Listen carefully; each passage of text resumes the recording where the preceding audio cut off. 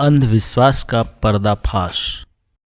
सिख संप्रदाय के 10वें गुरु गुरु गोविंद सिंह एक महान योद्धा होने के साथ ही बड़े बुद्धिमान व्यक्ति थे। धर्म के प्रति उनकी निष्ठा बड़ी गहरी थी। वह धर्म के लिए ही जिए और धर्म के लिए ही मरे। धर्म के प्रति अडिग आस्थावान होते हुए भी वे अंधविश्वासी जरा भी न थे और न ही अंधविश्वासियों को पसंद करते थे। गुरु गोविंद सिंह संगठन और शक्ति बढ़ाने की चिंता में रहते थे। उनकी इस चिंता से एक पंडित ने लाभ उठाने की सोची। वह गुरु गोविंद सिंह के पास आया और बोला, यदि आप सिखों की शक्ति बढ़ाना चाहते हैं तो देवी दुर्गा का यज्ञ कराइए। यज्ञ की अग्नि से देवी प्रकट होंगी और वह सिखों को शक्ति का वरदान दे देगी। गुरु गोविंद सिंह यज्ञ करने को तैयार हो गए। पंडित ने यज्ञ कराना शुरू किया। कई दिन तक यज्ञ होते रहने पर भी जब देवी प्रकट नहीं हुई तो उन्होंने पंडित से कहा, महाराज, देवी अभी तक प्रकट नहीं हुई। धूर्त पंडित ने कहा, देवी अभी प्रसन्न नहीं हुई हैं। वह प्रसन्नता के लिए बलिदान चाहती हैं। यदि आप किसी पुरुष का बलिदान दे सकें तो वह प्रसन्न होकर दर्शन दे देगी और बलिदानी व्यक्ति को स्वर्ग की प्राप्ति होगी।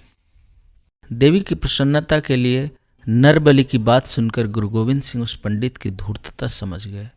उन्होंने उस पंडित को पकड़कर कहा, बलि के लिए आपसे अच्छा आदमी कहाँ मिलेगा? आपका बलिदान पाकर तो देवी अवश्य ही प्रसन्न हो जाएंगी। आपको भी स्वर्ग मिल जाएगा। इस प्रकार हम दोनों का काम बन जाएगा।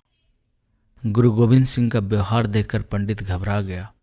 गुरु गोविंद सिंह ने बलिदान दूसरे दिन के लिए स्थगित करके पंडित को एक रावटी में रख दिया। पंडित घबराकर गुरु गोविंद सिंह के पैरों पर गिर पड़ा और गिड़गिड़ाने लगा, मुझे नहीं मालूम था कि बलिदान की बात मेरे सर पर ही आ पड़ेगी। गुरुजी, मुझे छोड़ दीजिए, मैं आपसे क्षमा मांगता हूँ। गुरु गोविंद सिंह ने कहा, क्यों घबराते हो? बलिदान से तो स्वर्ग मिलेगा ना?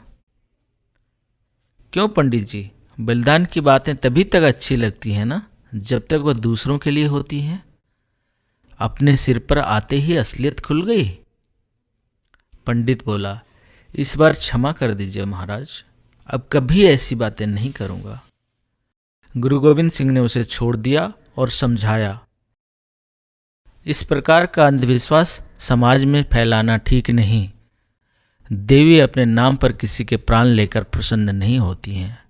वह प्रसन्न होती हैं अपने नाम पर किए गए अच्छे कामों से। बाद में गुरु गोविंद सिंह ने उसे रास्ते का खर्च देकर भगा दिया।